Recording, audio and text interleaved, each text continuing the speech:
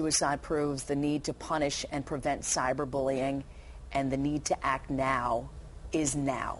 In fact, yesterday he introduced legislation to criminalize it, and he joins us today with 15-year-old Jamie Isaacs, who was the victim of bullying. I want to welcome both of you to the show. Thank you. We'll talk about the law and what we need to do to find some legal penalties. But I want to talk about you. In your word, it's a book called In Jamie's Word, you talk about being bullied. Tell us your story. It happened when you were 8 years old, right? Yes, it did.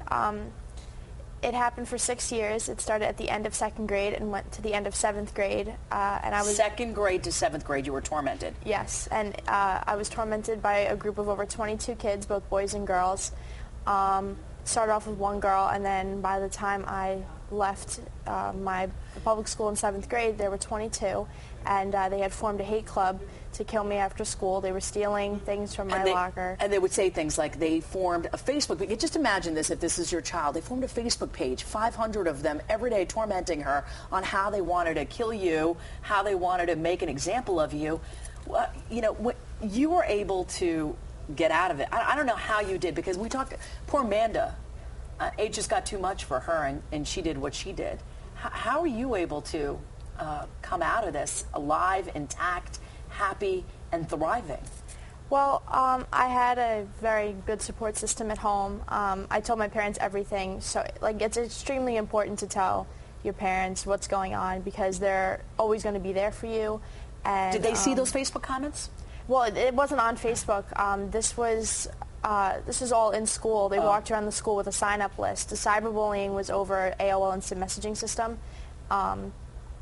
But those threats were in school, and I had told my mother everything and my father, and they were always up at the district office trying to help me out and try to get these girls punished, but nothing was ever done. Yeah, you had to actually, like, remove yourself from the school district. This little girl had to leave school, go to a private school, and I just simply think that this is crazy. And I was wondering, how come there isn't a law on the books for what's going on? There's laws on the books for stalking. There's laws on the books for everything else. How come not cyberbullying? Well, that's why I introduced legislation yesterday. I think we really have to take this seriously, and the way we do that is to treat it as a crime. That's why my legislation for the first time would make cyberbullying a crime by amending our present laws to include cyberbullying under aggravated harassment as well as stalking. And also, we would make it a hate crime, which is already on the books, and enhance the crime. And if someone is guilty of a hate crime, they can be convicted of a felony.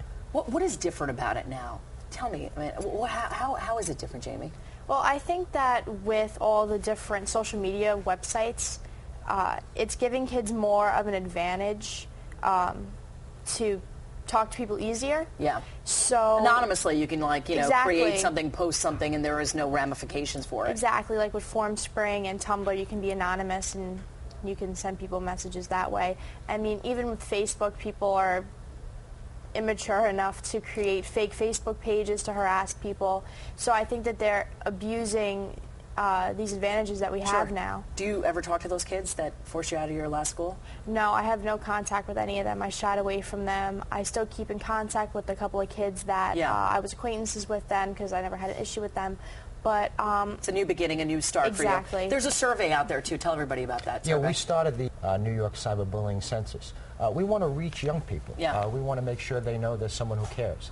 The survey is completely anonymous, and we want to really build grassroots support here in New York to be able to pass my legislation. The way we do that is by reaching out to young people. You better believe it. In Jamie's words, it's a story, a true story about Jamie Isaacs and all the ordeals that you had to go to.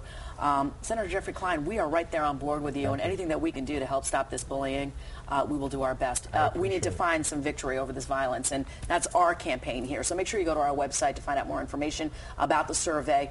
And also, let's stop something from what happened to Amanda from happening from another child. I don't want to report another story like that again. It is 8:13, Francis.